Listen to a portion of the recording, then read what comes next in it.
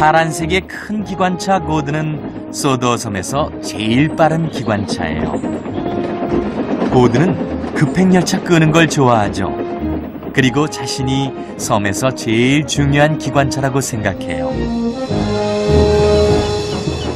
어느 날 고드는 급행열차를 끌고 항구에서 나가던 길에 디젤 기관차하고 같은 선로에서 마주쳤어요. 디젤, 네가 비켜. 급행열차가 먼저 지나가야 돼.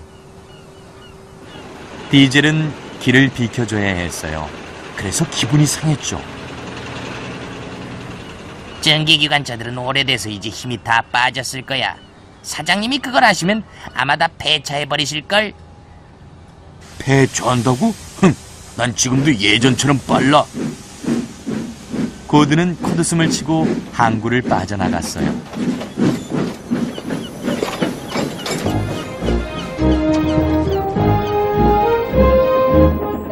고드는 아름다운 시골길을 쌩쌩 달렸어요. 날씨도 아주 좋았죠. 그런데 삐걱삐걱 이상한 소리가 나기 시작했어요. 고드는 걱정이 됐죠. 삐걱대는 소리는 뭔가 잘못됐다는 신호일 수 있거든요. 디젤 말대로 이러다 폐차가 되면 어쩌지? 고드는 걱정이 됐어요.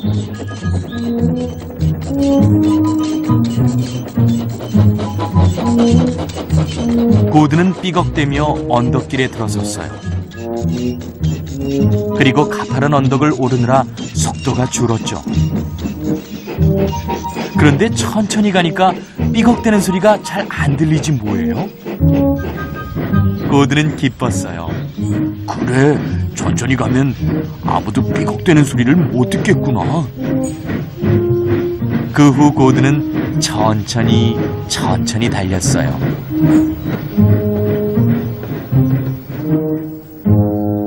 그날 저녁 사장님이 고든을 찾아왔어요. 내일은 아주 특별한 날이다, 고든. 나랑 마을 어린이들이랑 배를 타러 가기로 했거든. 그러니 네가 우리를 항구까지 데려다 다오. 배는 9시에 떠난다. 그러니까 늦으면 안 돼. 다음 날 고든은 모두 나갈 때까지 기다렸어요.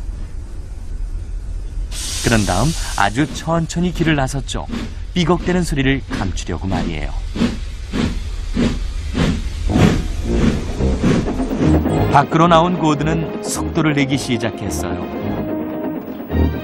그런데 속도가 빨라지고 바퀴가 빠르게 돌아가자 다시 삐걱대는 소리가 나기 시작했어요. 아우, 정말.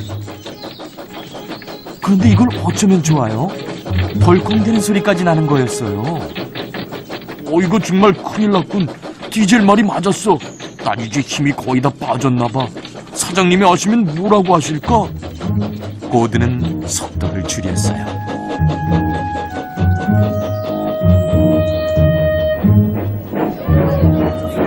고든은 아이들이 기다리는 역으로 살살 들어갔어요. 그리고 어떻게 할까 고민했죠. 천천히 가면 아이들이 배를 못 타게 될 수도 있고, 빨리 가면 삐걱삐걱 덜컹덜컹 하는 소리를 사장님이 들으실 테고, 그럼 고든이 힘이 다 빠졌다는 걸 아시고 폐차장으로 보낼 텐데 정말 걱정이었죠. 여하튼 아이들을 태운 고든은 천천히 역을 빠져나갔어요.